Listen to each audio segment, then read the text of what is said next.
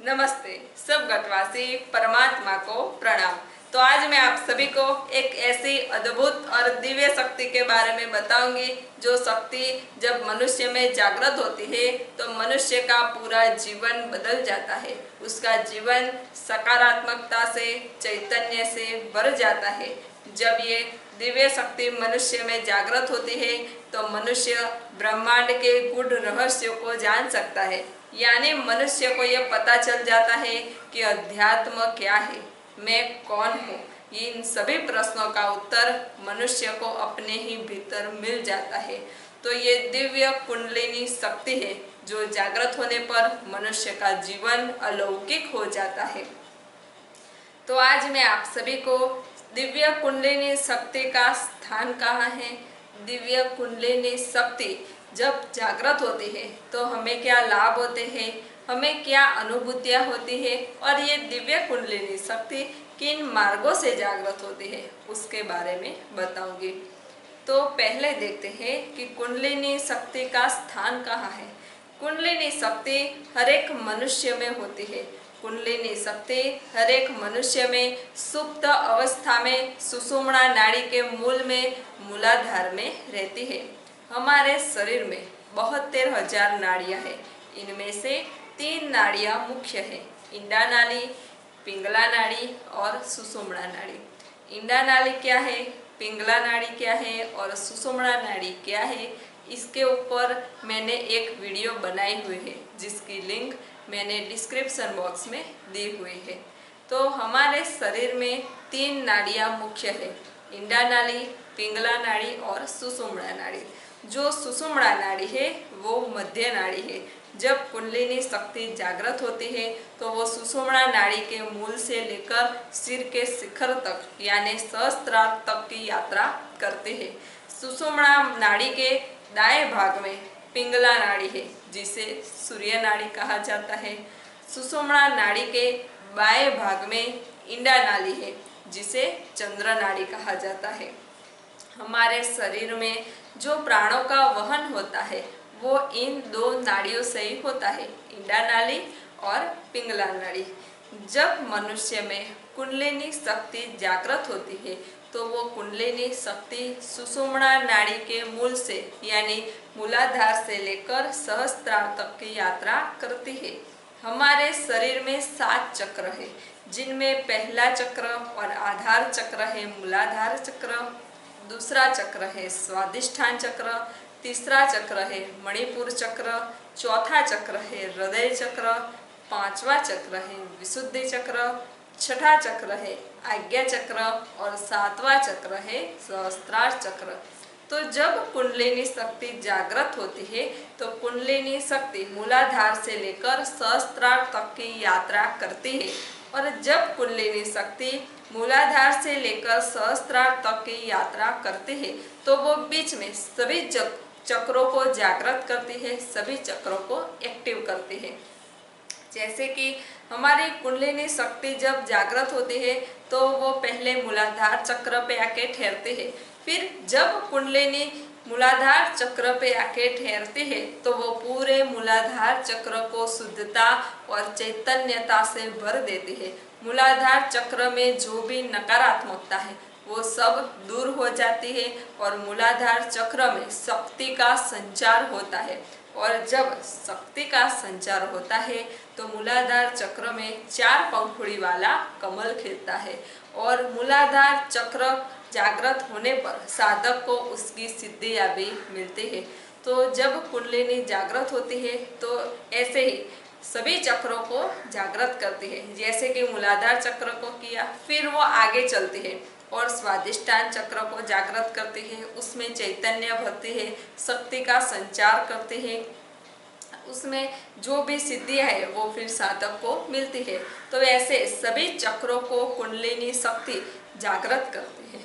कुंडलिनी शक्ति एक ऐसी अलौकिक शक्ति है जो आप सबके भीतर है, लेकिन जब तक कि वो सोई हुई है तब तक आपको पता भी नहीं चलता। लेकिन जब वो जागृत होती है तो आपको ऐसी दिव्य अनुभूतियाँ होती है, ऐसी चमत्कारिक घटनाएं होती है जिसका आप अंदाजा भी नहीं लगा सकते।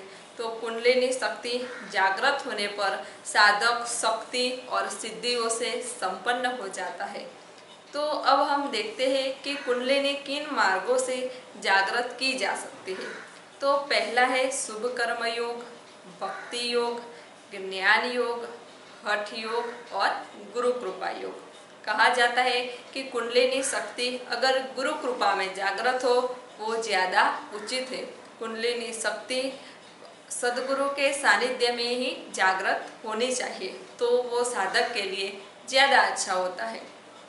तो गुरु कृपा योग में सदगुरु अपने शिष्य को शक्ति से, शब्द से या स्पर्श से शक्तिपात करता है और उसकी कुंडलिनी शक्ति जागृत होती है। जब गुरु कृपा योग में मनुष्य की कुंडलिनी शक्ति जागृत होती है तो वो ऊर्ध्वगामी होती है और मूलाधार से लेकर सहस्त्रार तक की यात्रा करती है। इसमें भी साधक को निरंतर ध्यान साधना करनी पड़ती है। तो इन सभी मार्गों से कुंडलिनी जागृत हो सकती है। अब कुंडलिनी जागृत होने पर हमें क्या लाभ होता है? तो कुंडलिनी जागृत होने पर मनुष्य में शारीरिक और मानसिक ऊर्जा बढ़ती है। जिस मनुष्य की कुंडलिनी शक्ति जागृत होती है उसमें ऐसी दिव्य सकारात्मकता आ जाती है कि वो मनुष्य किसी और मनुष्य का दुख, दर्द या वेदना ठीक कर सकता है। जब कुंडलिनी शक्ति जागृत होती है तो वो मनुष्य एक दिव्य और अलौकिक बन जाता है। उसके भीतर चैतन्य का अखूट भंडार भर जाता है। जिस व्यक्ति की कुंडलिनी शक्ति जागृत हुई होती है वो अपना भविष्य जान सकता है। वो व्यक्ति किसी और का भी भूतकाल और भविष्यकाल जान सकता है। जिस व्यक्ति की कुंडलिनी शक्ति जागृत हुई होती है वो सामने वाले व्यक्ति के विचार क्या है, उसके भाव क्या है, उसकी मनसा क्या है, उसका भविष्य क्या है और उसका भूतकाल भी क्या है वो जान सकता है। कुंडलिनी शक्ति जागृत होने पर मनुष्य अध्यात्म के गूढ़ रहस्य को जान सकता है। वो ये जान सकता है कि मैं कौन हूँ, मैं कहाँ से आई हूँ, मेरा अस्तित्व क्या है, ये सब भी जान सकता है।